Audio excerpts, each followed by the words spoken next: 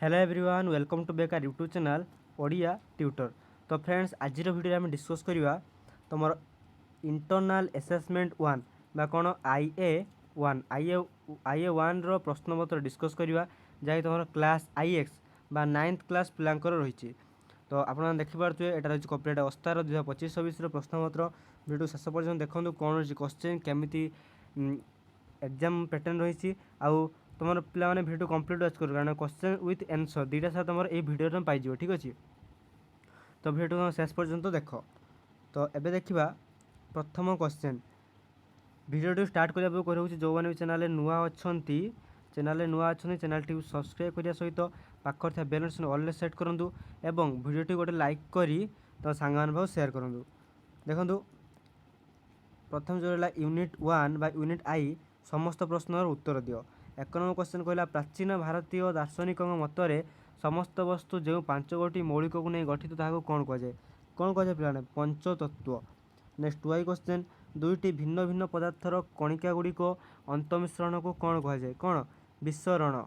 Next देला 3 question balloon बिकाली balloon मध्य को केउ गैस रे भर्ती कर थाए यहाँ पे हिलियम गैस हिलियम हो तुम करेक्ट आंसर। तो नेक्स्ट देख नेक्स्ट देला कि तुम आईवी क्वेश्चन कौन कहला 0 डिग्री रे थिबा कौन 0 डिग्री रे थिबा जलर कणिका और सही तापमात्रा थिबा बरफर कणिका मध्यरु कहार शक्ति अधिक कहार 0 डिग्री रे थिबा जलर शक्ति अधिक। तो पे बही डायरेक्ट तुम अच्छी क्वेश्चन आसी आंसर नहीं आसी पूरा टाइप करके लेखिकी। तो भिडियो शेष जाए देखूँ भि क्वेश्चन बरफ तरल थी समय ताप प्रयोग सत्वे के परिवर्तन घटे ना तापमात्रा परिवर्तन कौन परिवर्तन घटे ना। तो तुम आंसर देख तापमात्रा कौन परिवर्तन घटे ना। तो ये था तुम यूनिट 1 प्रश्नपत्र। एवं देखिए आम कौन ना यूनिट 2 प्रश्नपत्र देखा क्वेश्चन सब देखा। तो भिडियो ये पर्यटन जो मैंने लाइक करना भिडियो लाइक कर चैनल सब्सक्राइब करनी। नेक्स्ट देख नेक्स्ट देला कौन नेक्स्ट देला यूनिट 2 क स्तंभर शब्द सहित ख स्तंभर उपयुक्त शब्दर मिलन कर क स्तंभ तुम गाड़ी टाणी जोड़ देख।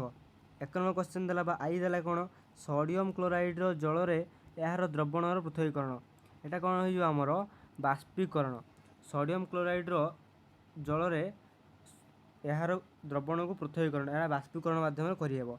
नेक्स्ट देला 2 क्वेश्चन कार इंजिन तेल रही कार इंजिन तेल रही जाता छोट छोट धातु खंडर पृथकीकरण।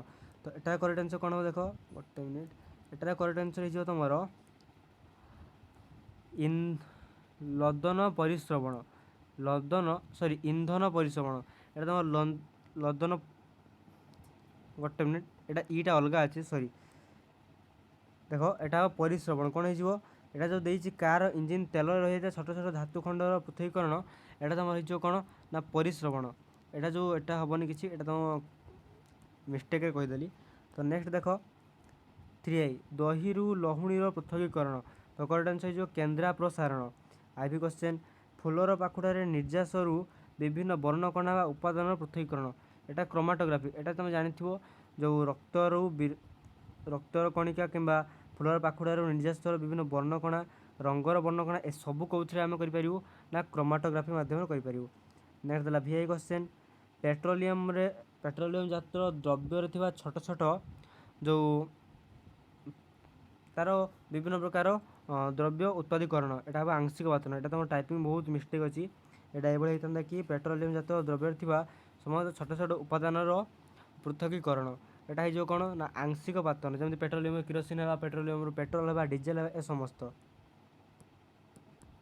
नेक्स्ट देख कौन देती यूनिट 3 देला कौन समस्त प्रश्नर उत्तर दियो। आई क्वेश्चन प्रकृति में कोटि कोटि वर्षर केउ प्रक्रिया जो जैव विविधता देखा देती यहाँ कौन विवर्तन बा तुम इंग्लीश में कहीपर इवोल्यूशन ठीक अच्छे इवोल्यूशन लेखा देखिपर। 2 क्वेश्चन उद्भिद और प्राणी मानकर आधुनिक वैज्ञानिक नामकरण और श्रेणी विभाग जनक किए कार्लोस लिनियस। यहाँ टाइपिंग मिस्टेक अच्छी यहाँ कौन हम तुम कार्लोस लिखिदे कार्लोस लिनियस खाली कार लिखाई तुम कार्लोस लिनियस लिख।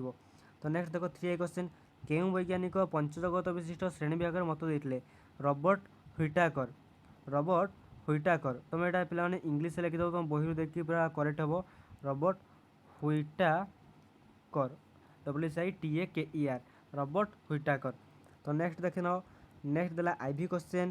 ପୃଥିବୀରେ ପ୍ରାୟ କେତେ ଲକ୍ଷରୁ ଅଧିକ ଜାତିର ଜୀବ ଥିବାର ଅନୁମାନ କରାଯାଇଛି? 80 ଲକ୍ଷରୁ, ପୁରା ତୁମର 80 ଲକ୍ଷରୁ ଅଧିକ ଜୀବ ଥିବାର ଜଣାପଡ଼ିଛି। ନେକ୍ସଟ ଭି କ୍ୱେଶ୍ଚେନ୍। ଏମିବାର ଚଳନ ଅଙ୍ଗୀକାର ନାମ କ'ଣ? ଏମିବାର ଚଳନ ଅଙ୍ଗୀକାର ନାମ କୁଟପାଦ। ନେକ୍ସଟ ଦେଖ, ନେକ୍ସଟ ଦେଲା କ'ଣ?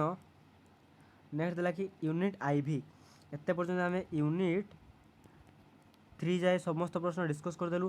ଏତେ ପର୍ଯ୍ୟନ୍ତ ବି ଯେଉଁମାନେ ଆମ ଚ୍ୟାନେଲଟିକୁ ସବସ୍କ୍ରାଇବ୍ କରିବା ସହିତ ବେଲ୍ ନୋଟିଫିକେସନ୍ ଅଲ୍ରେ ସେଟ୍ କରି ଭିଡ଼ିଓଟିକୁ ଲାଇକ୍ କରିନାହାନ୍ତି ଏବେ ହିଁ କରିଦିଅନ୍ତୁ, କାରଣ ନେକ୍ସଟ ବି ଯାହା ତୁମର ରହିଛି କ୍ୱେଶ୍ଚେନ୍ ବା ପ୍ରଶ୍ନପତ୍ର ସବୁ ଡିସ୍କସ୍ କରିଦେବୁ। ତ ସମସ୍ତେ ହିଁ ଚ୍ୟାନେଲଟି ସବସ୍କ୍ରାଇବ୍ କରି ବେଲ୍ ନୋଟିଫିକେସନ୍ ଅଲ୍ରେ ସେଟ୍ କରନ୍ତୁ।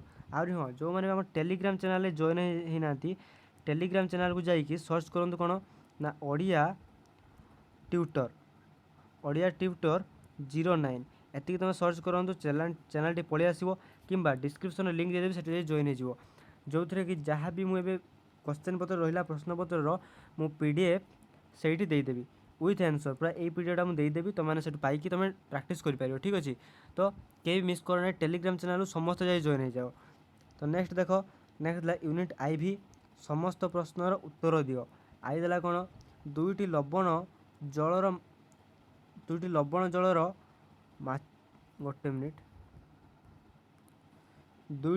ଜଳର ମାଛର ନାମ ଲେଖ।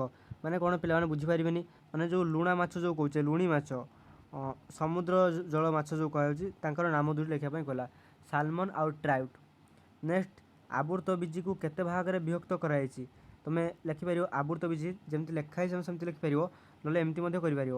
ଆବୃତ ବୀଜିକୁ ଏମିତି ଦୁଇଟା ଏରୋ କରିଦେବ। ନେକ୍ସଟ ଲେଖିପାରିବ ଏକ ବୀଜି ପତ୍ର, ଦୁଇ ବୀଜି ପତ୍ର, ଏକ ବୀଜି, ଦୁଇ ବୀଜି। ଠିକ୍ ଅଛି। ତ ନେକ୍ସଟ ଦେଖ 3i କ୍ୱେଶ୍ଚନ୍। ଥାଲୋଫାଇଟା, ବ୍ରାୟୋଫାଇଟା ଓ ଟେରିଡୋଫାଇଟାର ନଗ୍ନ ଭ୍ରୂଣ କ'ଣ କୁହାଯାଏ? ଏଇଟା ଅଲଗା ଭ୍ରୂଣ ଦେଇଛି, ଏଇଟା ହେଇଯିବ କ'ଣ? ସ୍ପୋର। ଏଇଟା କରେକ୍ଟ ଆନ୍ସର୍ ହେଇଯିବ ସ୍ପୋର। ଠିକ୍ ଅଛି, ଏଇଟା ଟିକେ ମିଷ୍ଟେକ୍ ହେଇଯାଇଛି, ଏଇଟା ତୁମ କରେକ୍ଟ ଆନ୍ସର୍ ସ୍ପୋର ତୁମେ ଲେଖିନେବ। ନେକ୍ସଟ ଦେଖ, ନେକ୍ସଟ ଦେଲା କ'ଣ କି? ନେକ୍ସଟ ଦେଲା ତୁମର ଆଇଭି କ୍ୱେଶ୍ଚନ୍। ଆଇଭି କ୍ୱେଶ୍ଚନ୍ ଦେଲା କି କେଉଁ ଜାତୀୟ ପ୍ରାଣୀମାନଙ୍କର ଶରୀରଟି କମଳ ପାଚକ ନଳୀଟି ୟୁ ଆକୃତିର? ଏଇଟା ହେଇଯିବ ଏମିବା। ଠିକ୍ ଅଛି। ତ ନେକ୍ସଟ ଦେଖ ଲାଷ୍ଟ କ୍ୱେଶ୍ଚନ୍ ପିଲାମାନେ, ତୁମର ଏଇଟା ଲାଷ୍ଟ କ୍ୱେଶ୍ଚନ୍, ଭି କ୍ୱେଶ୍ଚନ୍। ଗୋଟିଏ ମାଂସାହାରୀ ଗଛର ନାମ ଲେଖ। ଏଇଟା ରବି ଫଳ ହେଇଯିବ, ନହେଲେ ତୁମେ କମଣ୍ଡଳୁ ଗଛ ଲେଖିଦେବ। କମଣ୍ଡଳୁ ତୁମ ବହିରେ ଡାଇରେକ୍ଟ ଦେଇଛି କମଣ୍ଡଳୁ ବୃକ୍ଷ। ଠିକ୍ ଅଛି, ତୁମେ ଏଇଟା ଲେଖିବ, ତୁମେ କରେକ୍ଟ ହେବ, 100% କରେକ୍ଟ ହେବ। ଯାହା ଯାହା କହିଲି ପୁରା କରେକ୍ଟ ଆନ୍ସର୍ ସବୁ ପିଲାମାନଙ୍କୁ କହିଦେଇଛି। ସମସ୍ତେ ଭିଡ଼ିଓ ଲାଇକ୍ କର, ଚ୍ୟାନେଲଟିକୁ ସବସ୍କ୍ରାଇବ୍ କର, ଯାହାଦ୍ୱାରା କି ତୁମେ ନେକ୍ସଟ ଯାହା ବି ରହିଛି ତୁମର କ୍ୱେଶ୍ଚେନ୍ ସେସବୁକୁ ଆମେ ଡିସ୍କସ୍ କଲେ ତୁମେ ନୋଟିଫିକେସନ୍ ବି ପ୍ରଥମେ ପାଇପାରିବ। ଠିକ୍ ଅଛି, ସେତେ ପର୍ଯ୍ୟନ୍ତ ରହୁଛି। ଶେଷରେ କହି ରଖୁଛି, ଟେଲିଗ୍ରାମ ଚ୍ୟାନେଲରେ ପିଲାମାନେ ଜଏନ୍ ହେଇଯାଅ, PDF ତୁମେ ପାଇଯିବ, ପ୍ରାକ୍ଟିସ୍ କରିନେବ। ସେତେ ପର୍ଯ୍ୟନ୍ତ ରହୁଛି, ଧନ୍ୟବାଦ।